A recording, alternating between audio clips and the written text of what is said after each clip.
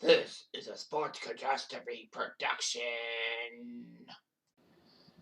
Hey there, Heather, ho there, it's Jeff Cutter Diamond. Welcome you to another sports catastrophe on this day. And on this day, November the 24th, 30 years ago, one of the greatest Grey Cup games of all time happened. It was the 79th Grey Cup with the Toronto Argonauts in Winnipeg to face the Calgary Stampeders. So the Argos were coming back from a few so-so seasons. And the Argos made a gigantic splash in the 91 CFL season by signing Rocket Ismail to a contract just days before he was to be in the NFL, eligible for the NFL draft. So thus the CFL swiped a player who could have worked his magic in the NFL. It was just like, what the heck is going on? All that. So anyhow, the Argos looked good. The Argos crushed Winnipeg at the Skydome to get into the 91 Grey Cup. Winnipeg would have had a chance to host the Grey Cup on their own and play in their own turf, but they failed miserably. In the CFL, Calgary in the West, Calgary was fighting for it. Doug Flutie was not on the roster, the 91 roster. Flutie came to Calgary in 92 from British Columbia. Calgary had two close calls. They beat BC 43-41 with Doug Flutie. And then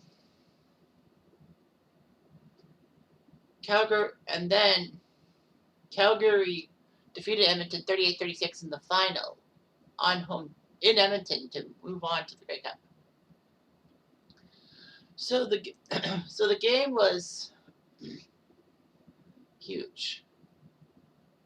We all know the halftime show was a salute to the 92 Winter Olympics and all that. But it didn't matter. Anyway, the Argos and Stamps started off with a pick six off of a Danny Barrett pass that Toronto got. Ed Barry made a 50-yard interception return after a single point by Toronto. And yes, remember, the CFL can get singles if you kick a ball that goes out of bounds over the end zone, or if it's into the end zone, but you can't return it, you give up a point. Calgary would score on a Danny Barrett touchdown run, make it 8-7. Teams traded field goals in the second quarter. Third quarter, there wasn't much scoring until Matt Dunnigan, yes, that Matt Dunnigan, who was playing with injured ribs, and it could have been Ricky Foggy starting, actually threw a touchdown pass to Ed Smith to make it a 48-yard touchdown to make it 19-14 Toronto. Chomik would kick a field goal to make it 22-14 until Alan Pitts got a touchdown pass from Danny Barrett to make it 22-21. And then on the subsequent kickoff, the rocket went off. It was amazing to see him gallop down the field for an 87-yard kickoff return. At the time, I don't know if it's a Grey Cup record. I don't think it is. Oh, it's still the record to this day, an 87-yard run. It was huge. He ran all the way down the sideline. And then you see something.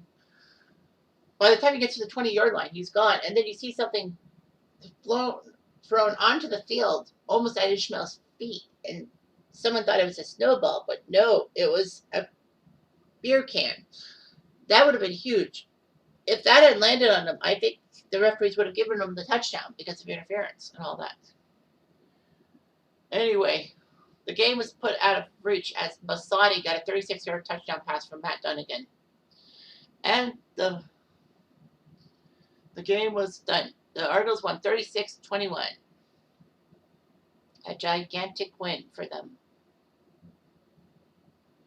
So the Argos won. Now, the funny thing is, the temperature at kickoff was minus 16 Celsius. Or, if you're American, obviously, you don't know it, but 3 Fahrenheit. It was actually the coldest Grey Cup final ever. And a lot of people were shocked it was this one and not the one in 1975 that I nearly referenced to yesterday, but no, it's not. In fact, the 91 Grey Cup is the last time the Grey Cup was completed in daylight. So that tells you something. Well, I said ribs. I apologize. Matt Duncan had played with a separated shoulder, which was frozen for the Grey Cup game. He didn't do that well. He was only 12 for 29 passing. But he completed a Grey Cup victory from start to finish. Dunnigan was part of the 86 Eskimos that went to the Grey Cup and lost to Hamilton. He was hurt early in the 87 game between Edmonton and Toronto, which was a classic.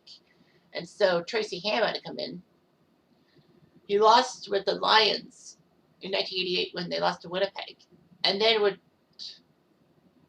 lose the 92 final as he went back to Winnipeg from the Argos. I forgot who the Argos quarterback was in the 90s. After Dunnigan. I think it was Foggy. But anyway, he went back to Winnipeg. In 93, he would play. He would be hurt with Winnipeg and couldn't take part in the 93 thing. Danny Barrett had a record for most passes attempted and completed in a Grey Cup game.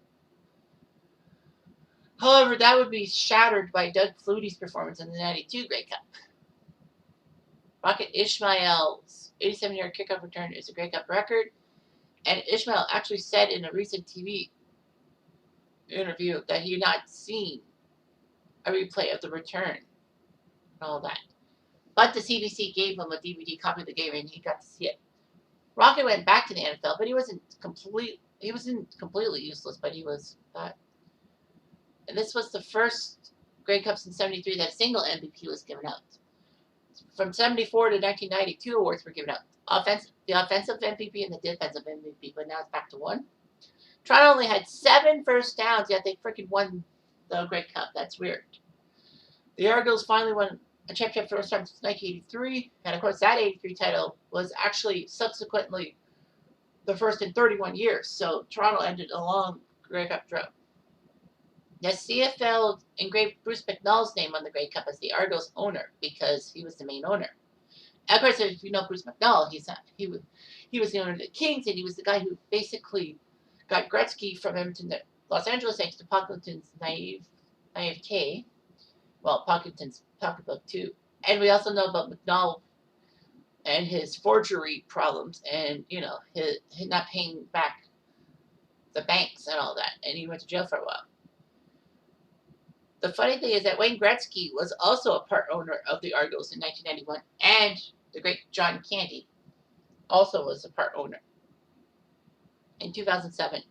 But in 2007, they decided to add Gretzky and Candy to the Grey Cup and all that. Gretzky is one of 4 people to have his name engraved on the Stanley Cup and Grey Cup. Lionel Conacher, Carl Foss, and Normie Kwan. I don't know why Carl Foss was a hockey player. Yeah, Lionel Conacher, I think, played for the 1934 or the 38 Blackhawks that won the Stanley Cup. And I know he won a Grey Cup. Carl Foss, I think, won the Stanley Cup. I think Carl Foss was a Grey Cup. I don't remember what Carl Foss was like.